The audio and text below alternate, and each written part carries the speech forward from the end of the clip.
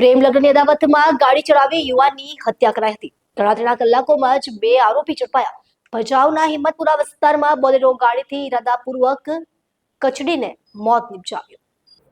ભચાઉના હિંમતપુરા ફુલવાડી વિસ્તારમાં વિનોદ ઉર્ફે જીગર કોલીની બોલેરો ગાડી ચડાવી હત્યા કરવામાં આવી હતી। પોતાની બહેન સાથે થયેલા પ્રેમ લગ્નની અદાવત રાખી મેહુલ કોહલી અને તેના મિત્ર હર્ષદ પ્રજાપતિએ મળીને આ હત્યા કરી હોવાનું સામે આવ્યું છે। ઘટનાની ગંભીરતા ધ્યાનમાં લઈ ભચાઉ પોલીસે હ્યુમન ઇન્ટેલિજન્સ અને ટેકનિકલ સર્વેલન્સના આધારે ગણતરીના કલાકોમાં બંને આરોપીઓને ઝડપી પાડી કાયદેસરની કાર્યવાહી હાથ ધરી છે। સ્ટોરી ભરત ઠાકોર, કચ્છ।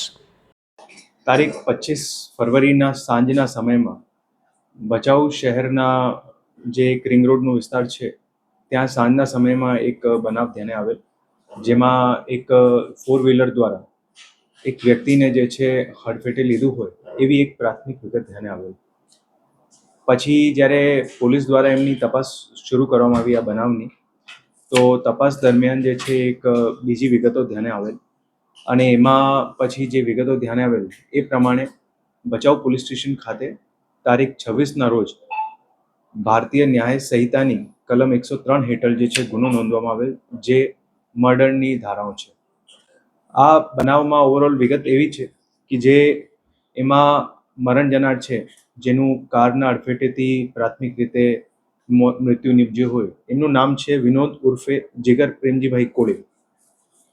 એ જે છે એમનું આમાં જે કાર ચલાવતા હતા, જે 4 વ્હીલર ચાલક હતું આમાં, અને જે એમની સાથે હતા એમાં 2 લોકો હતા, જેમાં એક આરોપી મેહુલ છે અને બીજું જે છે હર્ષદ છે।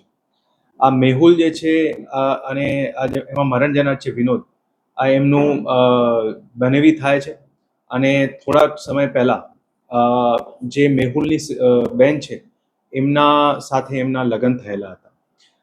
જે લગ્ન થયેલું હતું એનાથી એ લોકો ખુશ નહીં હતા અને એનું ખાર રાખેલું હતું અને એના લીધે 1 વર્ષ પહેલા પણ જે છે એ લોકોનું બાઇક અથડાવીના લીધે એક ઝઘડો પણ થયો હતો। એટલે સતત જે છે એ લોકો વચ્ચે મનદુખ ચાલતું હતું અને પછી 25 તારીખે સાંજે 4 વ્હીલરથી જે છે એમને મારવાનું પ્લાનિંગ કરેલ અને એમની સાથે એક એમનું મિત્ર હતો હર્ષદ, જે એમને ગાડી પણ પ્રોવાઈડ કરે। અને જ્યારે આ બનાવ બનેલ એના પછી જે છે ત્યાં હર્ષદના ફાધર પાસે જે છે એ લોકો ગાડી રાખી દીધેલ અને પછી એ લોકો નીકળી ગયેલા હતા। આ આખી જે બનાવની વિગત હતી, જે પ્રાથમિક રીતે બધી જગ્યાએ જાહેર થયું હતું કે એક્સિડન્ટથી મૃત્યુ થયેલ છે, એમાં જ્યારે પોલીસ દ્વારા આનો અલગ અલગ એંગલ્સથી ઇન્વેસ્ટિગેશન કરવામાં આવેલ ત્યારે આ ખરેખર જે છે એક મર્ડરનું બનાવ હતું, જેમાં બંને આરોપી જે છે એમને પોલીસ દ્વારા અત્યારે પકડી પાડવામાં આવેલ છે અને જે BNSની કલમ હેઠળ ગુનો દાખલ થયેલો છે એના હેઠળ એમની તપાસ અત્યારે ચાલુમાં છે અને આગળમાં રિમાન્ડની પણ તજવીજ શરૂ કરી દેવામાં આવી છે।